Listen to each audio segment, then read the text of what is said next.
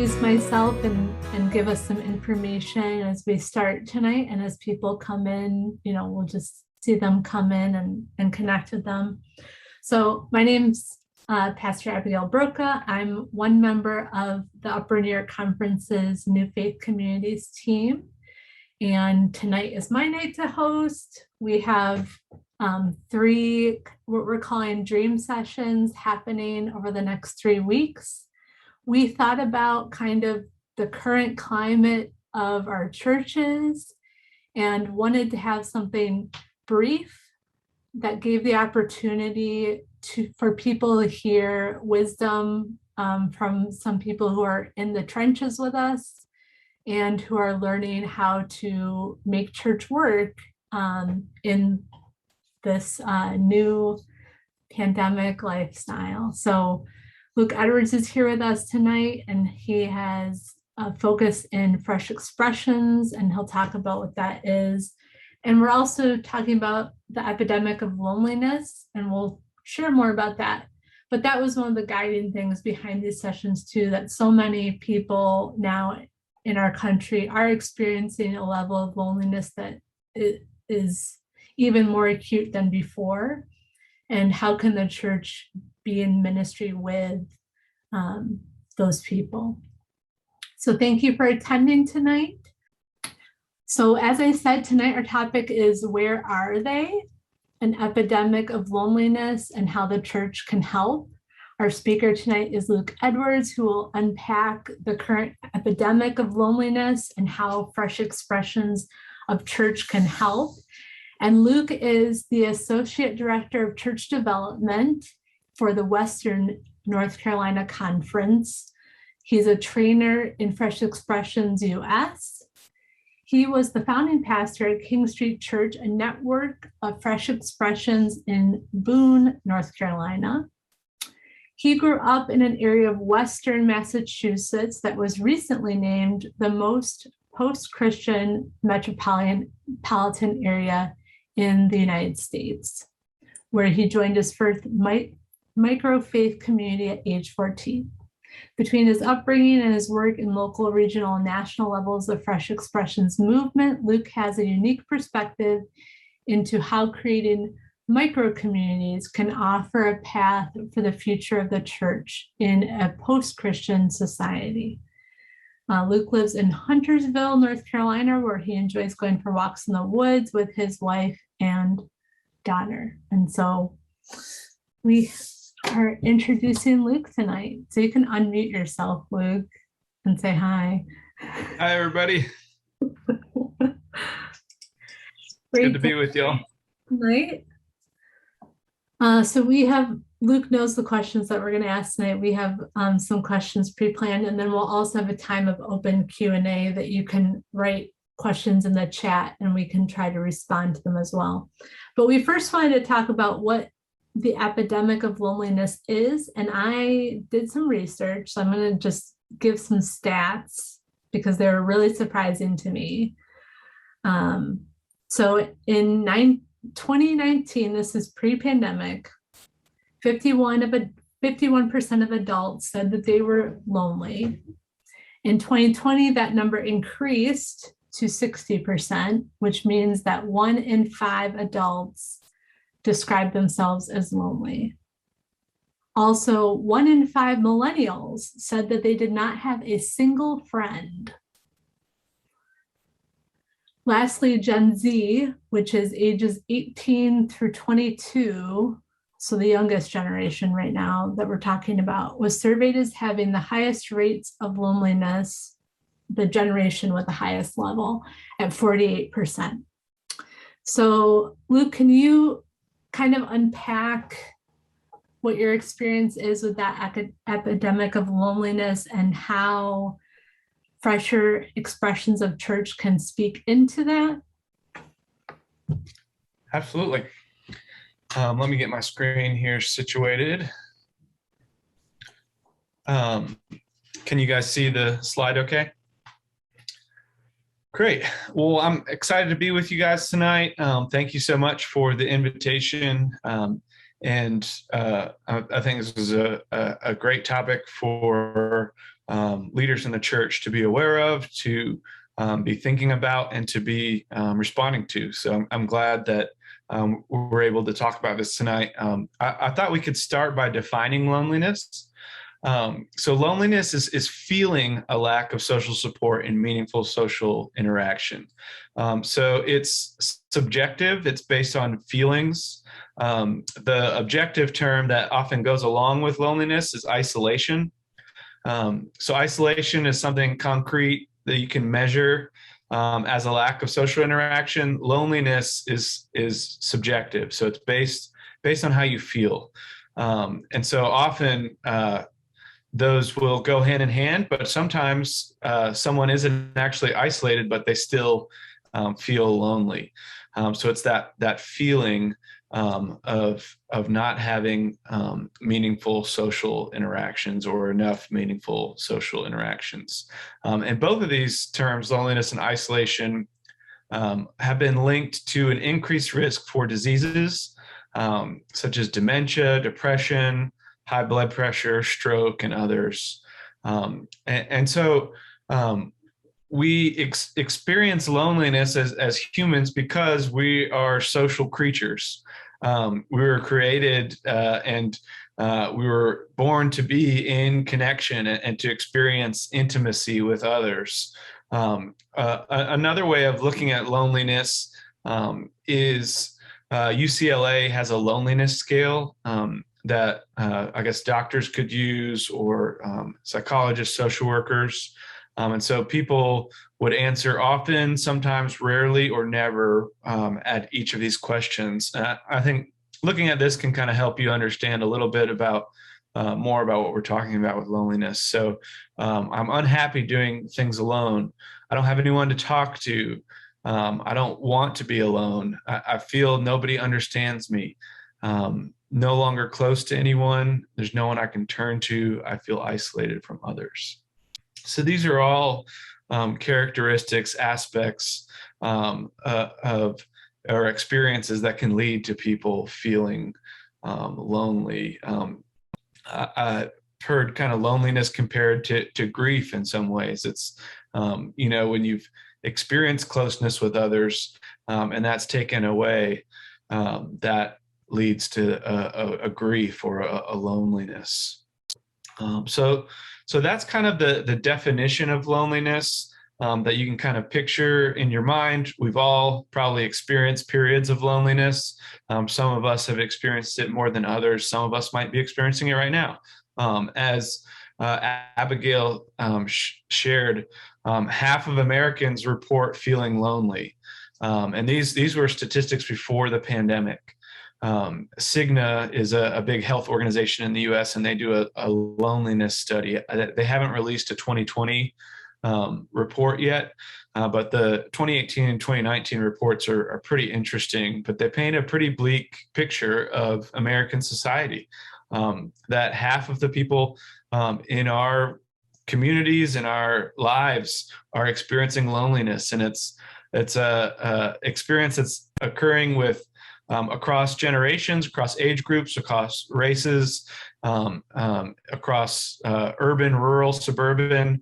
Loneliness is impacting us in many ways and causing a lot of issues in our society.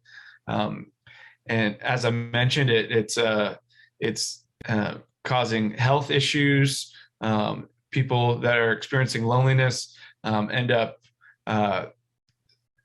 being in the hospital more often and for longer, all kinds of detrimental things that are happening.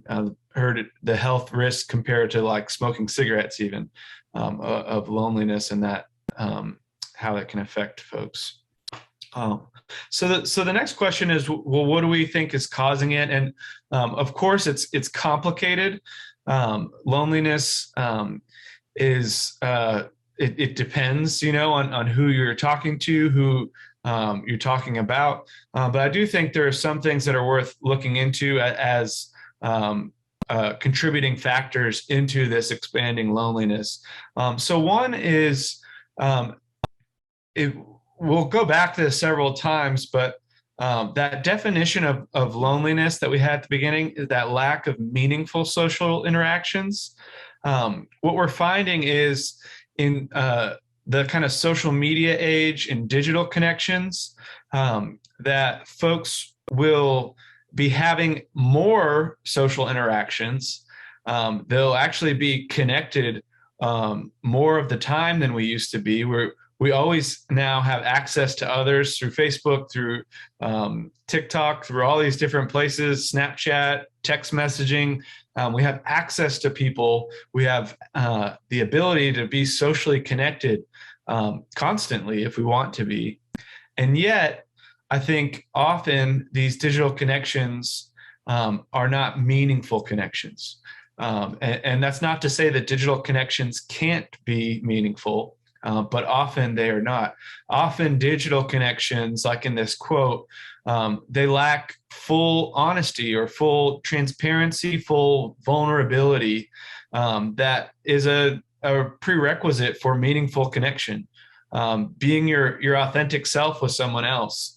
When we have digital connections, we can kind of clean ourselves up or present the person we want to present. And with that, it's a lot harder to have meaningful connections when we're not being our true authentic self, when we've kind of tailored the ideal person that we want to be, and present that to others. And so yeah, we have more social interactions than we've ever had, and yet they're not helping us with our loneliness. I think it might be maybe similar to, have you ever been in like a crowded room and still felt lonely? That it's not necessarily being around people or having access to people that keeps us from feeling lonely, but it's that meaningful connection. Also think another issue that we're seeing is just a rise of individualism. So chronic loneliness and like the epidemic of loneliness are very much a modern phenomenon. A British historian, Faye Bound Alberti, says that until industrialization, it wasn't possible to survive without living with others. And so we did see loneliness every once in a while before the 1800s, but when industrialization came, and today we're encouraged to be as independent as possible, and we can live completely independent of others. It's perfectly possible to order all of our items on Amazon and to have our groceries delivered by Instacart and to work from home and to fully live as an individual. And so that was something that wasn't really a part of society until industrialization. And so this is a rather new experience, and that we're all trying to kind of figure out. And apparently we're not doing a very good job of figuring this out. Also, I think part of that individualism has arisen the rise of single person households. And I will say that just because you live alone doesn't mean you're lonely. But I do think that single person households is a contributing factor to loneliness too. I think you can live in a house full of people and still be lonely, and you can live by yourself and not be lonely. But I do think that this is part of it. Here's an interesting chart I found, and these are specific cities. So this isn't. It's kind of a little bit of a hard chart to read, but you just see the percentages of single person households in these cities over time, and you see the rise, that kind of exponential rise. And so in 1950, 5% of households were single person households. And now it's 15% worldwide are single person households. And then in the US, that number jumps up to 28%.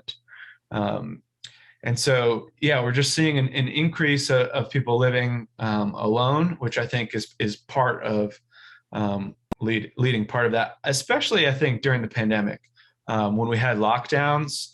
I know that folks that lived by themselves were really struggling with loneliness. We also see elderly loneliness. I thought I might play this short video clip for y'all. Just wave at me if you can't hear it, but we're going to watch this real quick. Oh God, yeah, she was the age of my life. She was.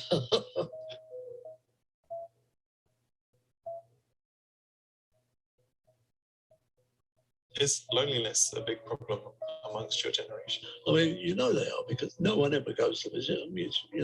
They never see no one, and they go down to town about once a week or twice a week to some shopping, and that's their life, What about the idea of a robot for a companion?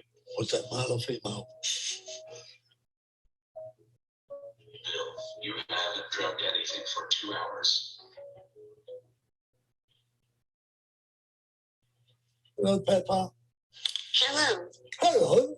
Hello. Hello. Hello. Hello. Hello.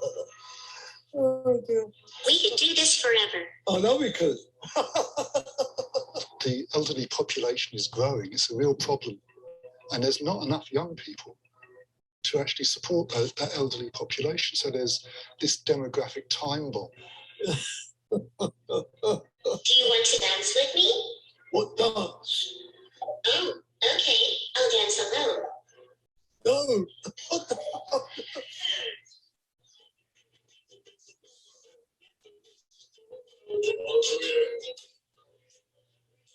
It's taking to heart. So I think there's potential if we could get them to talk properly with us, and it could be a great companion for people. What else do you do? The robot can appear in many ways to be empathic and be helpful. And it could well be they could form a relationship with empathic robots.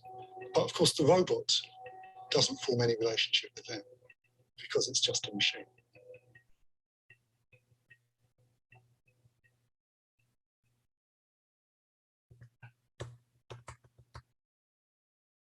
Trying to move past that. But as you see, it's such an issue with, sorry, I'm gonna have to stop sharing my screen for a second. One aspect of the loneliness epidemic is elderly loneliness. And it is going to be it's a major social problem in multiple countries. Japan right now is farther ahead of us in this, where their population is aging a lot quicker. And they are, you see that it's such an issue that they're experimenting with robotics as a way of addressing loneliness. And I'm going to share my screen again. Sorry about that. So I think but it's not just a issue of one generation. As Abigail mentioned, young adults are experiencing loneliness in really high numbers as well.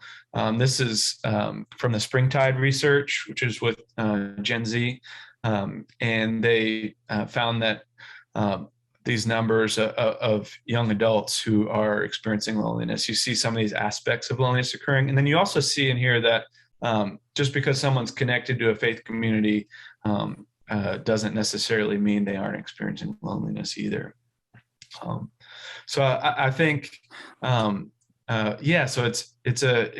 loneliness is something that's affecting multiple age groups within our society. And then lastly, I'll just talk about one more aspect of the loneliness epidemic, and that's something called friendship decline. And so we're seeing in the US that people have less friends and less quality friends. And so this is a statistic on close friendships here. And just look at the difference between the number of people who say they have no close friends from 1990 to 2021 that jumped from 3 to 12%. And then look at that last number at the bottom to number of folks that had more than 10 close friends was at 33%. In 1990 is now down to 13%. So you just see this dramatic changes occurring in just the number of friendships. And then here's one on people that have a best friend. And so look at how dramatically that has dropped from 75% in 1990 to 59%. One of my favorite books around friendship is Kat Velos's book, We Should Get Together. It's just a really cool book about the challenges of friendship and how we can address those challenges in our kind of modern world. And she talks about kind of categories of things holding us back from close friendships. So she has this really interesting quiz on one of the pages. If you get that book, you can take the quiz, but I just added a few of them in here. But these are the categories, and then one of the kind of check marks behind each. So she said, I'd love to have better friendships, but so a lot of people will respond with reasons having to do with time. So an example would be, I'd rather use my free time to exercise and get in shape. Or I'd love to have better friendships, but I work a lot, maybe too much, and I don't feel like I can change that. I'd love to have better friendships, but I need time alone to recharge. I think location is a big one, particularly among younger generations. I'd love to have better friends, but everyone else moves too much, or I move too much, or I live across the city from my friends and it's hard to get over to be with them. And then there's, I'd love to have better friendships, but I choose to spend time with my partner or with my family, and my kids. And then also the internet, that people are moving online and not having as quality friendships as we mentioned earlier. So these are just a few of the, I'm just trying to kind of paint a picture of this loneliness epidemic. Obviously, it's multifaceted. It's impacting a lot of people. And yeah, it's created some massive social problems, but one that I think the church is poised to address. Yeah, I think as we hear this current context of that half of the people in our communities would say themselves that they feel lonely. Can you talk about, I know your specialty, Luke, is fresh expression. So can you first just share, when we say fresh expression, what that means, and then maybe how those are uniquely poised to minister in the midst of a loneliness epidemic? Yeah. So I've got here's the official definition of a fresh expression. Fresh expressions it's a movement that emerged out of the UK in 2004. And it was the Anglican Church there, the Church of England, where it emerged. And they just noticed that on the fringes of the church were these new kind of creative ways of being church that were just naturally rising up. So groups of people that were meeting at a cafe or at a park, or families with children coming together to do crafts and talk about faith. They just noticed these new faith communities emerging. And instead of saying, no, that's not church, church has to be at the cathedral on Sunday mornings with hymns and sermons. And instead of saying that, they said, okay, well, let's investigate what's happening, what this movement of the Spirit that's occurring. Let's pour some resources into this and talk about how we can make sure that what's happening are forming churches. And so a fresh expression, simply put, is it's a faith community. It's a community of belonging where discipleship can be explored and where church can be formed. So in fresh expressions, and this is why I think fresh expressions are so perfectly positioned to address loneliness and the loneliness epidemic. It's because fresh expressions begin with a period of intentional listening, of loving people, building relationships, and then also building community. So a fresh expression often starts with a social community where folks are getting together to do something together, and before they introduce an element of spiritual or discipleship. And so you might have a fresh expression that connects with youth skaters, and they gather youth together, and they have an evening to skate and share a meal, and they build community, they build relationships. I'm going to show a few examples in a little bit of what this could look like, but as you see, these early stages of the fresh expressions process are like laser focused and pointing straight at the problem of loneliness. Because to build community with our neighbors, to build relationships with our neighbors, it's just we're building those meaningful connections with others. And so that process of starting a fresh expression is, I guess, like scratching the itch of our communities in such a dramatically accurate way. And I think this isn't the first time that we've done this in the church. We see that in early Christianity, in the first 300 years of the church, that Roman cities were kind of a hot mess socially, that folks were moving from the countryside where they had lots of social connection and social support, and moving into these cities that were like a total mess, full of disease, disconnected socially. And the church came in and built this oikos, or extended family, for people to enter into, and built those social connections, those places where people could find support, where orphans and widows could have a family, where people who were disconnected could connect with others. And so I think we find ourselves again in the situation where the church can be a place for our neighbors who are experiencing loneliness to find meaningful connection. And I think Fresh Expressions offers a really practical and just well fitting model for our current situation.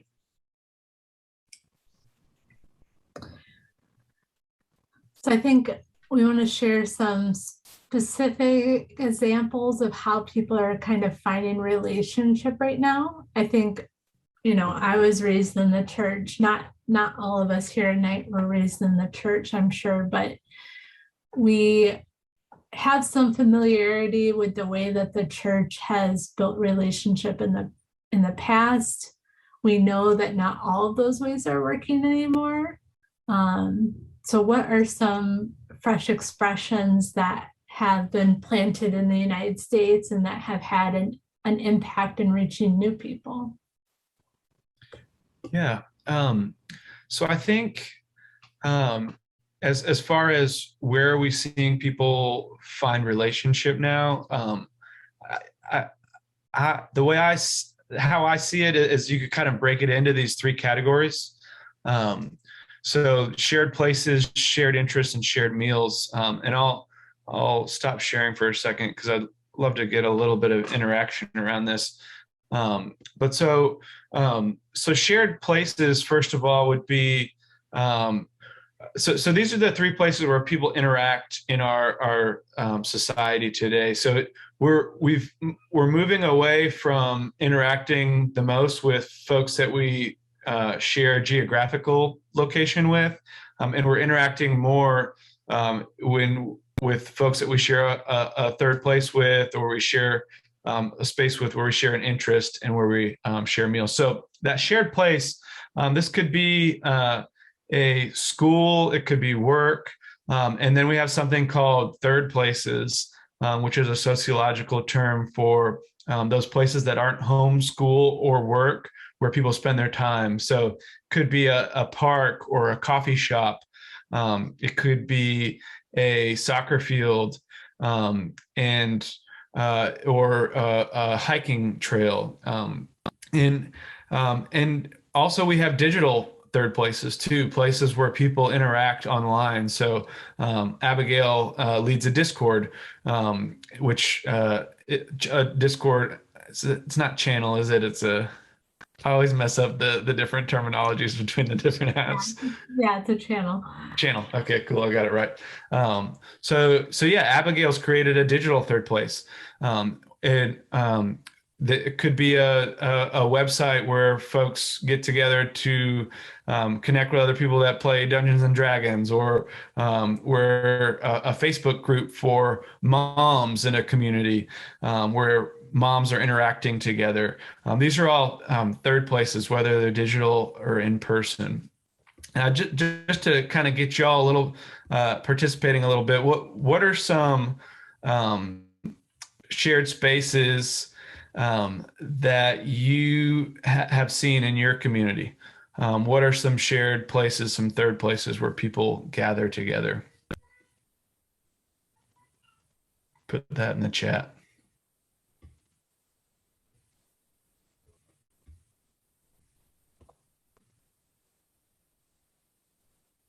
Playgrounds. Yep. Yeah, our neighborhood playground is a happening place. That's where we've met all of our neighbors. Anyone else?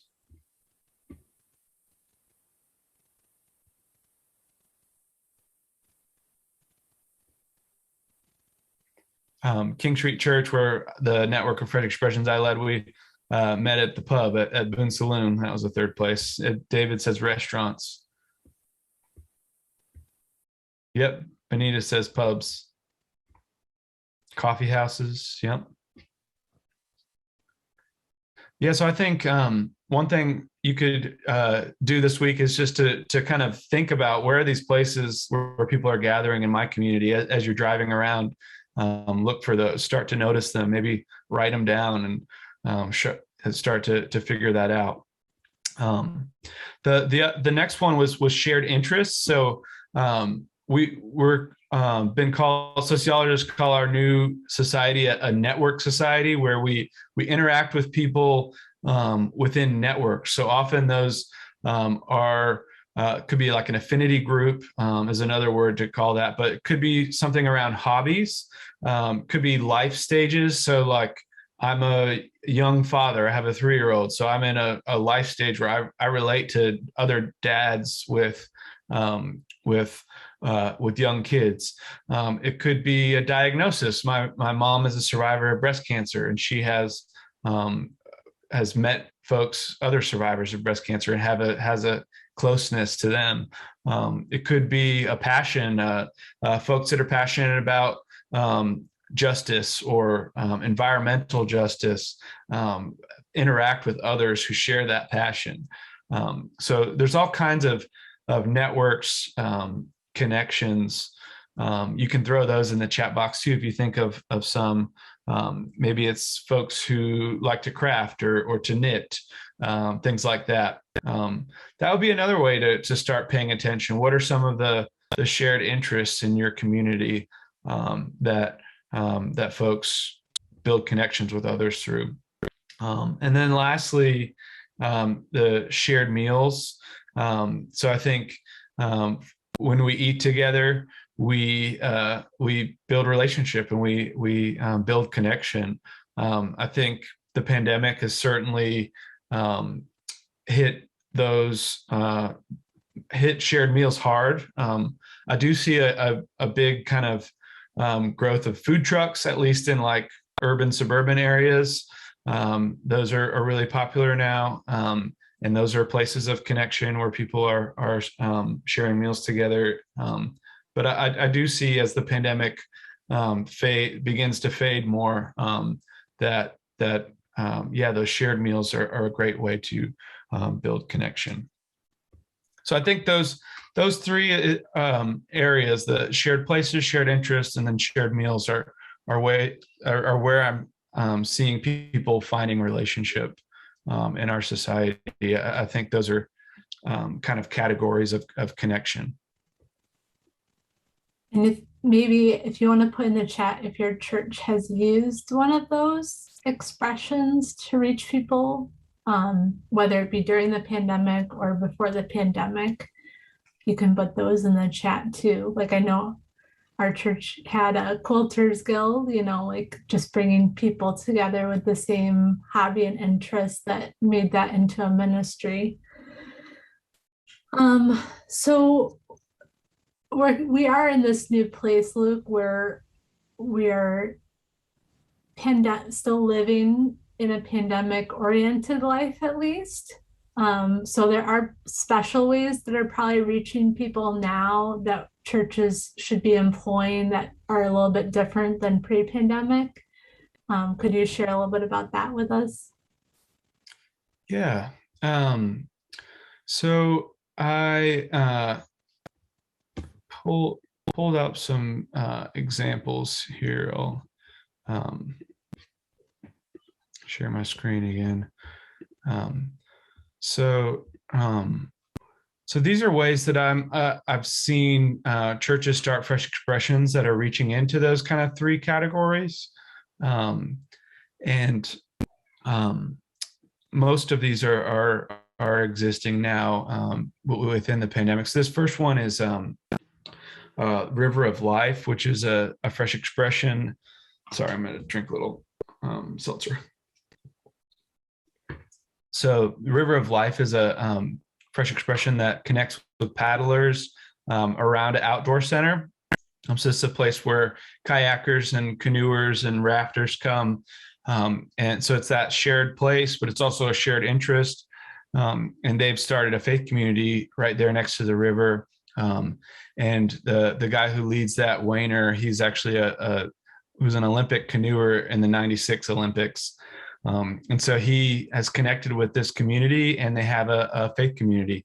I see that happening a lot throughout our conference, especially right now in the pandemic, kind of outdoor activities oriented fresh expressions. So hiking communities and other kind of outdoor activities where it's hiking or kayaking, paddle boarding, yoga, all these different kind of ways of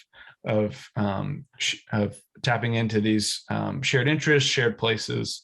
Another example, this one's still going strong through the pandemic, is a church, Snow Hill United Methodist. They're outside of Asheville, and they started.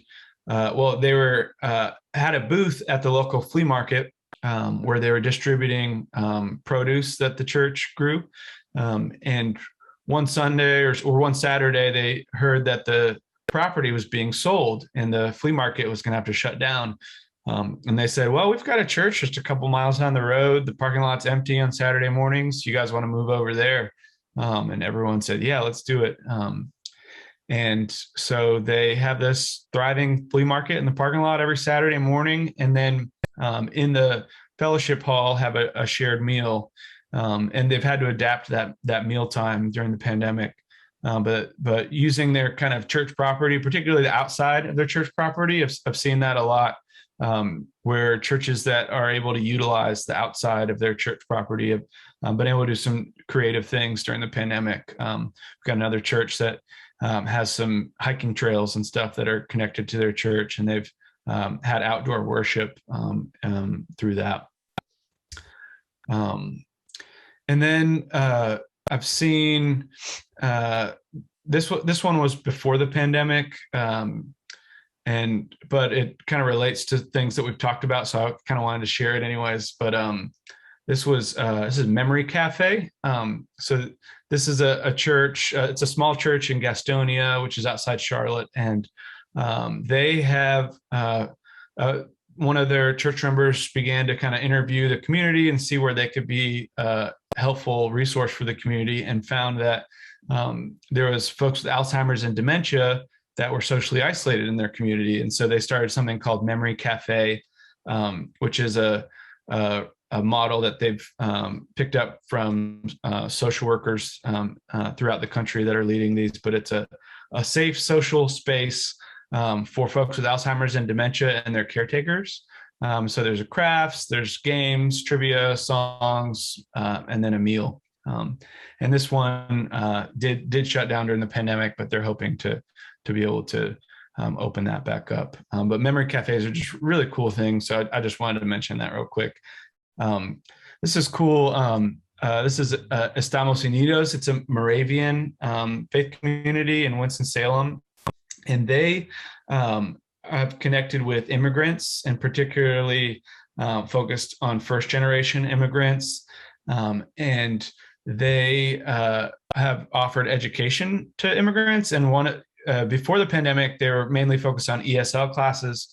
But when school and work and so much moved online, they offered a computer class / tablet class for Hispanic immigrant mothers, so that they could learn how to use tablets, how to use Zoom, and support them in that way. And they also, with that same community, have a women's Bible study. And so they have taught them how to use the technology, and they partnered with a nonprofit in town that provided free tablets to all the women as well. So that would be one that's kind of connected to folks with a shared interest or a shared life experience. So immigrants. As I said, the hiking Fresh Expressions have been really successful in Western North Carolina and have kept strong through the pandemic. This one is a group of folks that go for a hike, and they have a devotion and a scripture reading at the trailhead, and then some questions for folks as they hike, and that they can talk about together. This one that Abigail and I are friends with, Nate. He's a pastor who started a nerd church, which is fully online. We're seeing this more, and Abigail's an expert in this, but the kind of digital faith community building, digital community building, and Nate's really good at this. He's got a Discord channel. He's got a Twitch, which is like a place for him to stream while he plays video games and talks about video games. And then he does YouTube videos, but he's trying to build a church online, especially connected to nerds. So that thinking about that shared interest there. And then the meals, the dinner churches have been, I know it sounds like y'all have done some dinner church stuff in Upper New York. The ones that have been able to kind of make it through the pandemic have shifted to kind of either outdoor meal sharing or doing drive-through meals and building connections with people as they drive through, and hoping that those will be able to move back indoors. So yeah, those are just a few examples of how churches and Fresh Expressions are forming around those. And I think some key things I saw in that presentation, Luke, are these are purposefully building relationships. Like, it's not just like, we have a flea market in our parking lot. It's like, if we do that, the purpose is to build relationships with the people that are attending that flea market and build relationships.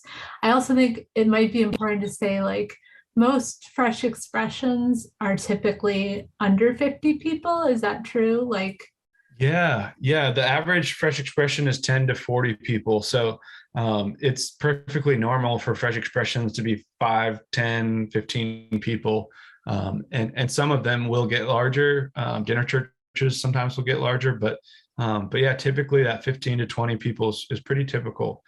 So it's not necessarily trying to start something huge, but when it's smaller like that, it only takes a team of 2 or 3 folks to start it too. So it's doesn't have to be a huge endeavor of the whole church, but can be kind of small. And then since it's smaller, then multiple Fresh Expressions can emerge out of a church as well.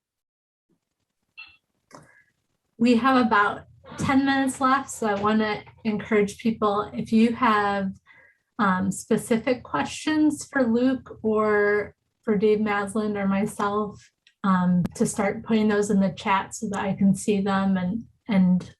But our last question we did get from somebody who registered, and I know Luke and I are both young parents of young children, and young families are on the mind of a lot of our churches these days. So when family members can't be vaccinated, and also these may be families that have extracurricular activities or just like are busy or feel busy, what are some ways that we can still reach out to people that are living that life right now?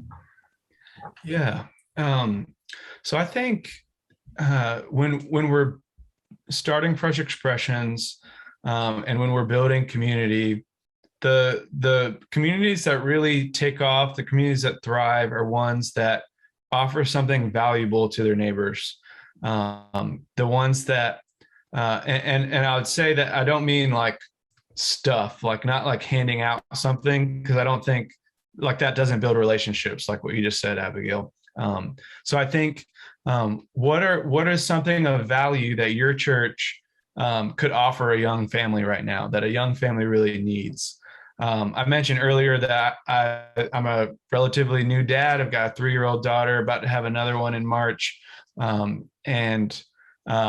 I had when we had our first kid, like I just realized how ridiculously hard it was to be a dad, and that it was ridiculously hard for my wife to be a mom. So I wasn't going to get any sympathy from her because it was even harder for her. But so who did I have to kind of turn to kind of look for support in just the trying to hold everything together in that postpartum time, and now just balancing work and children, and it's just tough. And so something I encountered was something called Who Let the Dads Out, which was a Fresh Expression in UK. That's a dad's group where dads and their kids come together and do something fun. So that's something I actually started. We had our first gathering a few Saturdays ago, and we had 6 dads and 10 kids. So the invitations were really easy because it was a need with young families that wasn't already being met. If I would have tried to start a mom group, I would have been one of I'm not a mom, so I wouldn't have started it. But if my church had wanted to start a mom group, we would have been one of like 150 mom groups in our county, but a dad group, we're the only one. We haven't found any others. And so it's something that's really scratching an itch. And so I think, what are young families missing in their lives right now that your church could perhaps offer some community around? So is it single moms at the community college nearby that need to study and do homework but don't have childcare? Is it families who don't have grandparents that live close by, and so they want their kids to interact with older adults? And you could be an adopted grandma or grandpa. Is it young parents who are struggling with their marriage and could use marriage mentoring, and you've got folks that could mentor them? Thinking about ideas like that, I think where you're tapping into a real felt need. I think even in the midst of busyness, those are the kinds of things that people will make time for, because it taps into something they really need. And to find out what they really need, you can ask them. Thanks, Luke. We had one good question in the chat, and please send your questions in through the chat. But Rochelle asked, is the hope for Fresh Expressions to join with an larger church or maybe an existing church? Or do they typically exist on their own? Does the group build relationship with others, hikers, for example, and does it end there? And Dave wrote a response, and I think the other thing I want to mention before you share more, Luke, is sometimes Fresh Expressions are kind of called a church within a church, meaning that you might have a group of people that builds relationship with one another and worships or gathers for discipleship in a particular way. And it doesn't touch the whole church, but it touches those people within that. So that's kind of the church within the church model that happens sometimes too. So Luke, can you share more about your experience with that? How Fresh Expressions interact with existing churches? Yeah. So first of all, I'd say make sure you do the exit survey, because then you'll get the book, which will tell you all about this, way more than we could fit in an hour. But a fresh expression, it is anchored into an existing church. It's a part of the church, but is not a bridge to Sunday morning worship. It's seeking to become church for those that come. And it doesn't just stop at building relationships. It looks, and we just didn't really have time to cover that tonight. But as we're building relationships and as you're building community, you're looking for opportunities to introduce discipleship, to introduce elements of faith, of spirituality, and then looking to become church together in new and fresh ways. And the book gets into all that. That chart I showed at the beginning, that those stages, the later stages are shifting that community into a spiritual community, into a faith community. And sometimes folks will be a part of a fresh expression and then come to the anchor church as well. But that's not the ultimate goal, as David said. And Luke also provided us with just a one-page handout that summarizes Fresh Expressions and has that chart that he's talking about. So that's in a PDF that you can download as well. Yeah, I think Benita had a question too earlier that David just responded to. Kind of talking about how to get the word out in the midst of like people not going out as much anymore, or maybe not having the social connections that they had before. Yeah, I think as much as we can, kind of doing the word of mouth, I think is ideal with Fresh Expressions. So if you can build relationships with folks kind of before you build the program, and that I think is the best kind of communities are built that way. But I do think if you once you kind of launch that community and you want to get the word out to others, there's lots of good ways, like Facebook events can be pretty successful. A lot of it depends on the generation you're connecting with and where they spend their time or what social media they use, that kind of stuff. But there's some creative ways that you can use social media to get the word out. And then, those building relationships, just kind of existing or inhabiting those shared places in the community where you'll have those interactions and be able to invite people to your community as well.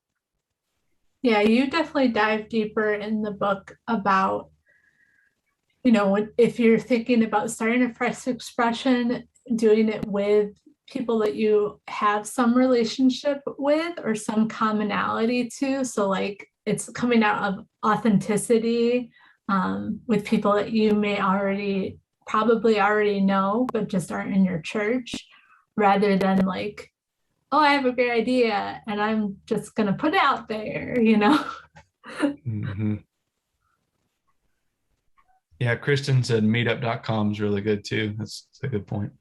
If you have other questions, please put them in the chat, but I wanted to give us an opportunity to unmute and just maybe share one takeaway that you heard tonight, or one thing that I'd say thinking outside the box to making new connections with folks.